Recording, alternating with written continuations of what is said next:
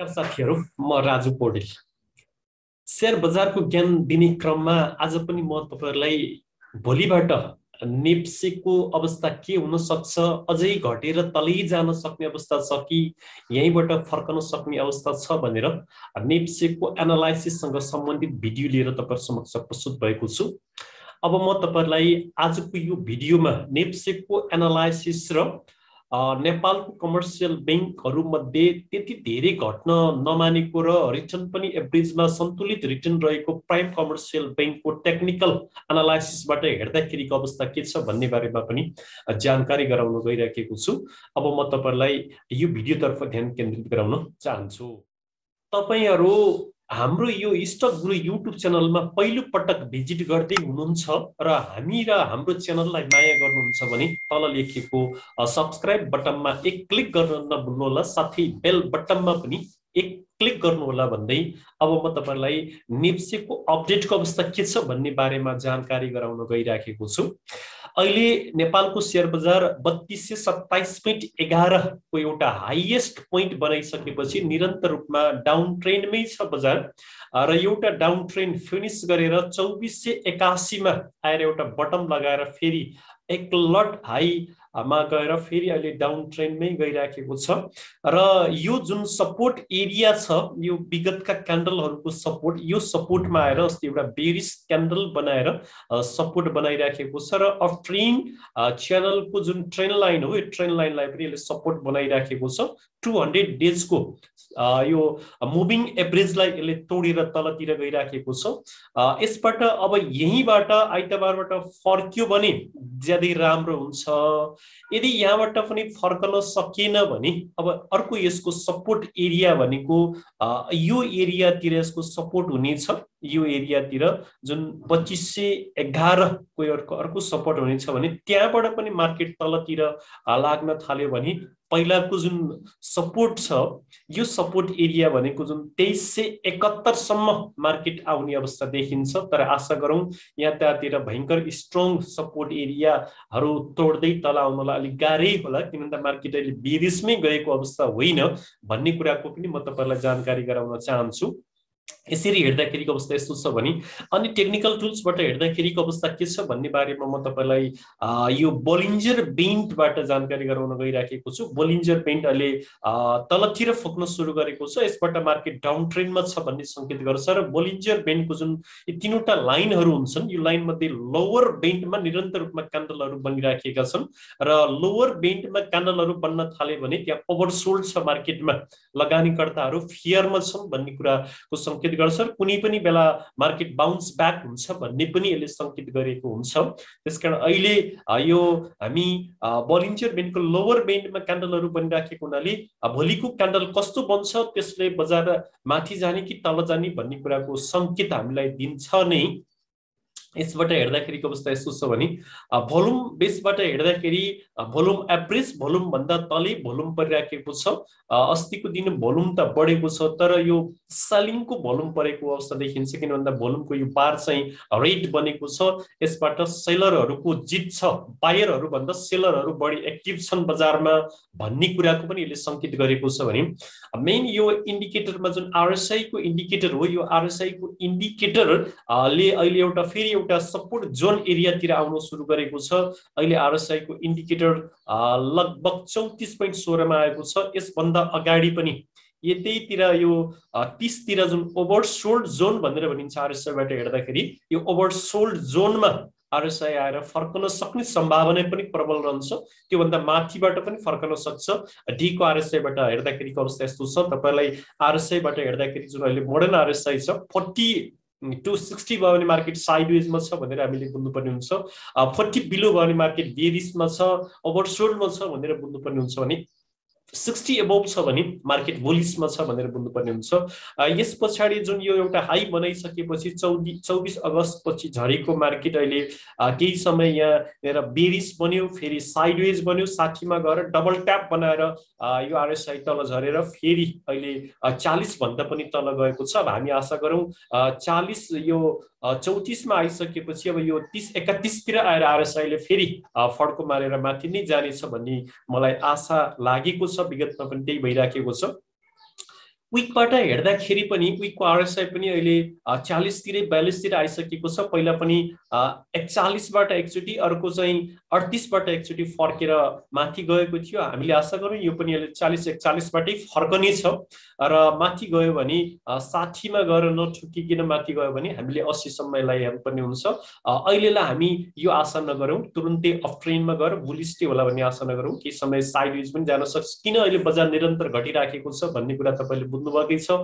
बैंकमा तरलताको समस्या सृजित भएर सरकारले खर्च गर्न नसकेको कारणले बैंकमा तरलताको समस्या सृजित भएको छ र यो तरलताको समस्या पुस मसान्तपछि समाधान भएर जानेछ भन्ने कुरा पनि हामीले सुन्नेका छौँ र विगत वर्षहरूमा पनि यो सिजनमा बैंकमा तरलता देखिने र फेरि माग लागेपछि सहज हुने अवस्था पनि देखिएको थियो। त्यसकारण मागपछि बजार फर्कने नै हो, बेरिसमा गएको होइन भन्ने कुरा हामीले यहाँबाट पनि संकेत पाउँछौँ। मन्थको आरएसआईबाट पनि तपाईँलाई हामीले जानकारी दिन सक्छौँ।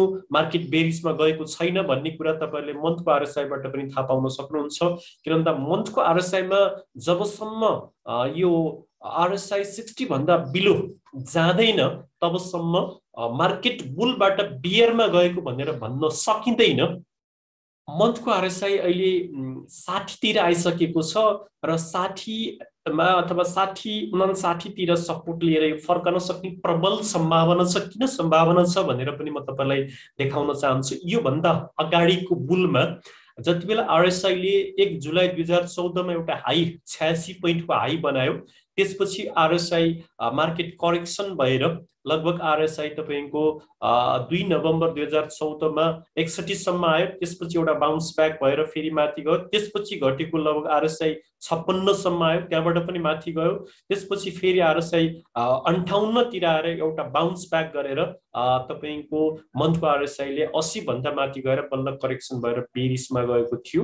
त्यसकारण हामी अब बेरिसमा गइसकेपछि आरएसआई 60 बिलो भइसकेपछि बाउन्स ब्याक भएर फेरि 60 मा डबल ट्याप बनाएर तलैतिर झर्यो भने अब मार्केट माथि जान सक्दैन, बेरिसमै गयो भन्ने संकेत यहाँबाट हामीले पाउँछौँ। यो भन्दा अगाडिको बुलमा पनि यस्तै देखिन्छ भने यहाँ भन्दा अगाडिको बुलमा पनि यही अवस्था छ। तपाईले यहाँ देख्नुभयो होला, यो डबल ट्याप बनाएर आरएसआई यहाँतिर आयो, 60 भन्दा तल झरेर फेरि बाउन्स ब्याक भएर माथि गएर बल्ल बेरिस सुरु भएको थियो। त्यसकारण अहिले लगानीकर्ताहरू धेरै लगानीकर्ताहरूले मार्केटमा बेरिसै भएको हो कि भन्ने जुन बुझिराख्नु भएको छ, यो आरएसआईले अहिलेसम्म बेरिस भएको संकेत गर्दैन। जबसम्म आरएसआई 60 भन्दा माथि नै छ, 60 भन्दा तल आएर पनि तुरुन्तै फर्केर माथि नै गयो भने हामीले विगतको इतिहास हेर्दाखेरि यसरी केही समय यो आरएसआई 60 मा सपोर्ट लिँदै माथि जाँदै 60 मा सपोर्ट लिँदै माथि जाँदै र लास्ट धक्का मारेर एउटा नयाँ हाई बनाएर मात्रै बेरिसमा गएको अवस्था देखिन्छ। तर अहिले बेरिस र बुल पनि नहुने कि भन्ने चर्चा पनि छ। किनभने अहिले अनलाइनले गर्दाखेरि लाखौं लाख लगानीकर्ताले अनलाइन मार्फत कारोबार गर्ने भएको हुनाले इन्ट्राडे मै तपाईको करेक्सन ठुलो ठुलो अंकले करेक्सन हुने भएको हुनाले बेरिस र बुल भन्दा पनि मार्केट अप एन्ड डाउन हुन सक्ने सम्भावना पनि देखिन्छ। त्यसो लामो समयसम्म 3-4 वर्षसम्म बियर र बुलको अवस्था नहुन सक्ने सम्भावना पनि अहिलेको अवस्थामा देखिन्छ। यसरी आरएसआईबाट हेर्दाखेरिको अवस्था यस्तो छ भने अब एमएससीडी बाट हेर्दाखेरि मन्थको एमएससीडी ले यो जुन 26 डेजको जुन सिग्नल लाइन छ त्यसलाई एमएससीडी लाइनले टच गरेको छ, क्रस गर्ने अवस्थामा पुगेको छ, बेरिस क्रसओभर हुने अवस्थामा पुगेको छ। बारहरू पनि हिस्टोग्रामहरू पनि छोटिने क्रम सुरु भएको छ।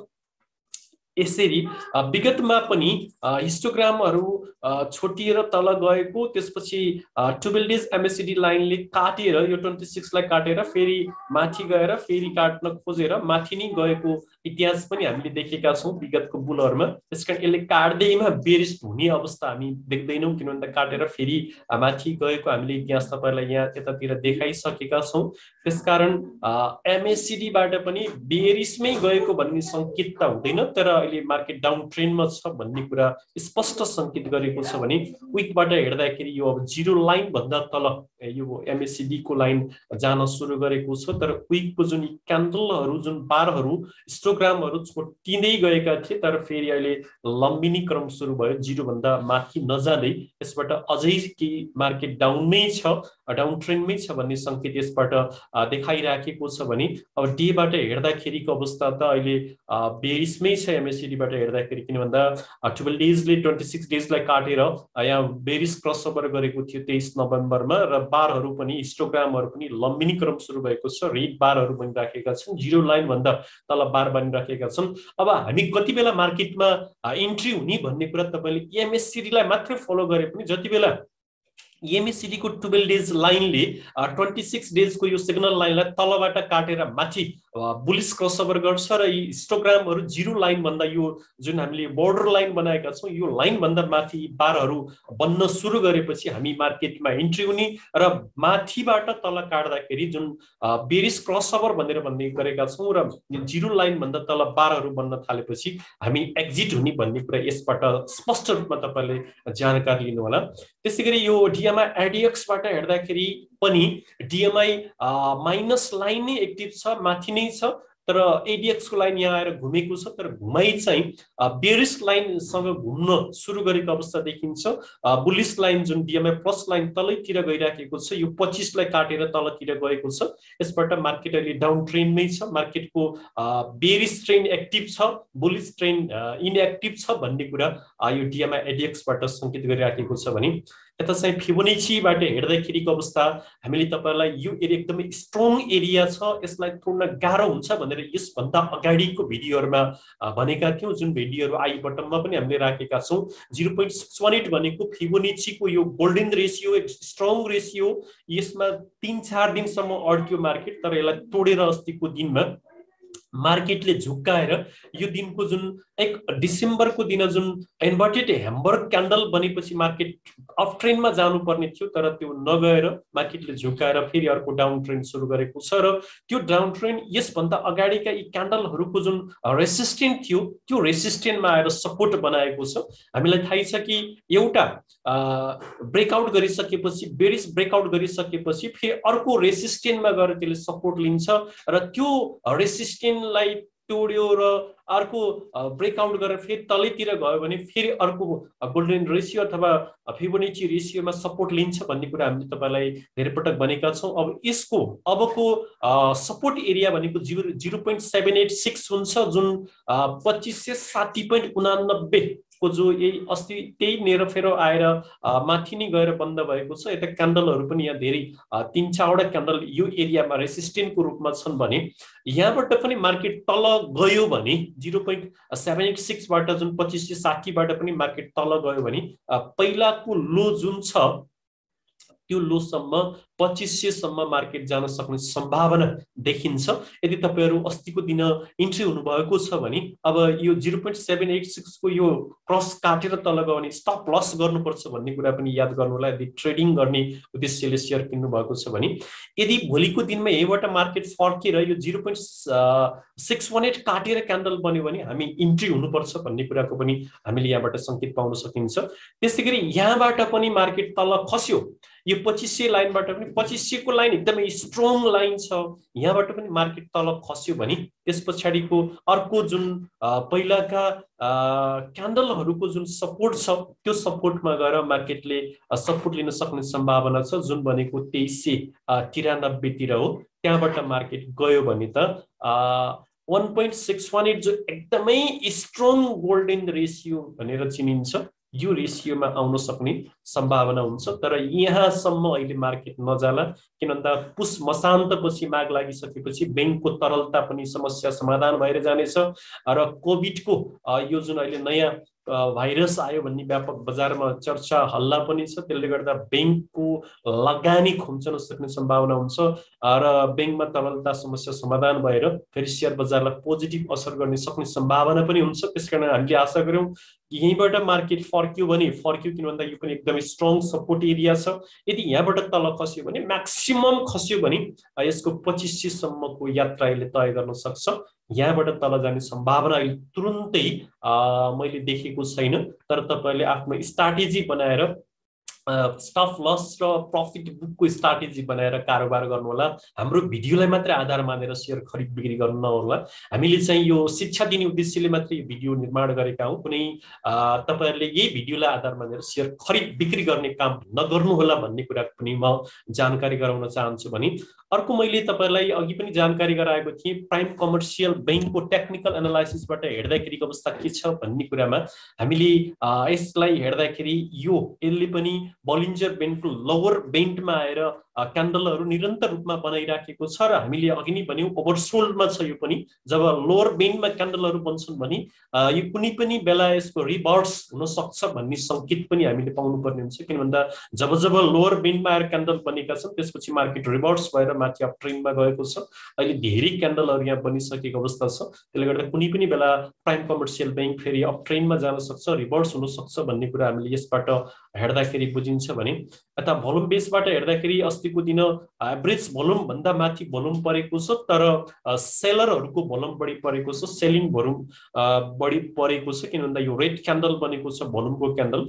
त्यसैगरी आरएसआईबाट हेर्दाखेरि यसले चाहिँ आरएसआई 40 भन्दा तल 39 तिर पुगेको रहेछ। पहिला पनि आरएसआई यसले पनि एउटा जोन एरिया बनाएको छ, RSI John support John area. यहाँबाट एउटा जोन यसले निर्माण गरेको छ, यहाँतिर आएर धेरै पटक फर्केको हामीले देखिराखेका छौं। त्यसकारण अहिले पनि यतैतिर आएर फर्कन सक्ने सम्भावना हामीले देख्नुपर्ने हुन्छ, बुझ्नुपर्ने हुन्छ। आरएसआई म्याक्सिमम आयो भने यो एरियातिर आउन सक्ने सम्भावना पनि छ, तर बुक क्लोज पनि नजिक नजिक आएको हुनाले फर्कन पनि सक्ने अवस्था देखिन्छ भने डेबाट हेर्दाखेरि भने।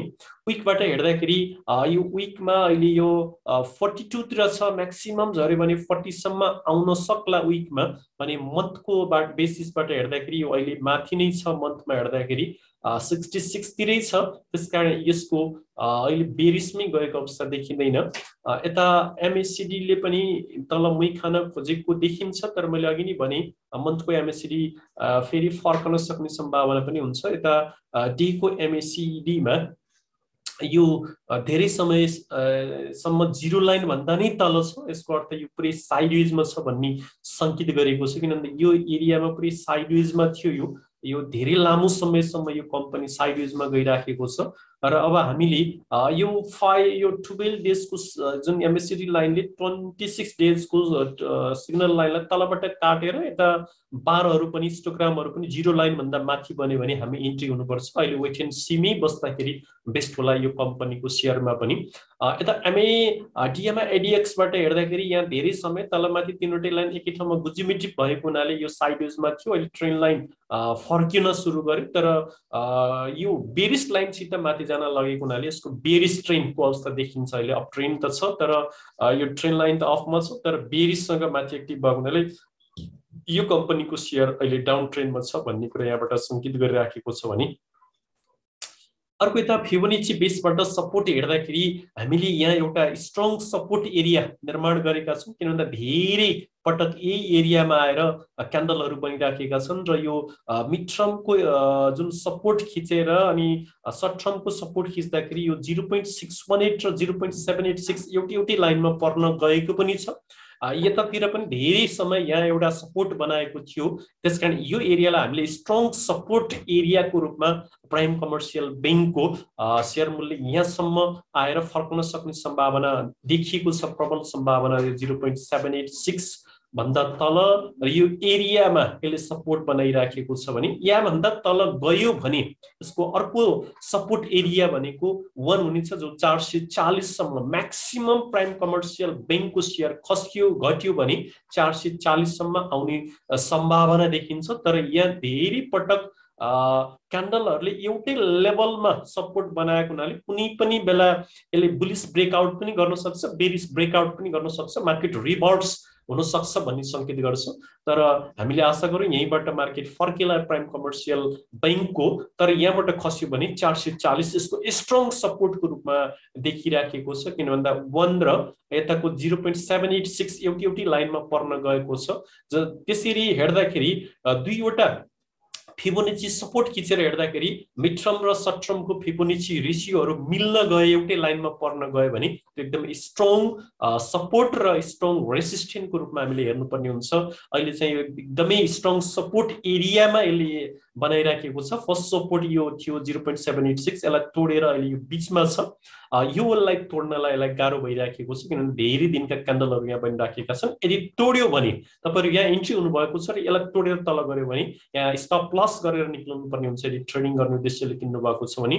र थर्ड सपोर्ट एरिया यो एरियामा आइसकेपछि यहाँबाट माथि फर्कन सुरु गर्यो भने हामी इन्ट्री हुनुपर्छ भन्ने कुराको मैले तपाईहरुलाई जानकारी गराएँ। त्यसैले यो भिडियोमा नेपालको शेयर बजारको नेप्सीको अपडेट र प्राइम कमर्सियल बैंकको टेक्निकल एनालाइसिससँग सम्बन्धित भिडियो लिएर तपाईहरु समक्ष प्रस्तुत भएको थिएँ। आशा छ यो भिडियो हेरिसकेपछि तपाईहरुलाई बेरिसमा गएको होइन, मार्केट अझै पनि बुलमा छ र प्राइम कमर्सियल पनि यहाँभन्दा तल जाने सम्भावना न्यून छ भन्ने कुराको ज्ञान हुने नै छ भन्दै भिडियो हेरिसकेपछि लाइक र कमेन्ट गर्नुहोला, शेयर गर्न नभुल्नुहोला, पोजिटिभ फिडब्याक दिनुहोला। हस् नमस्कार, आजलाई यो भिडियोबाट बिदा हुन चाहन्छु। फेरि अर्को भिडियोमा भेटौँला।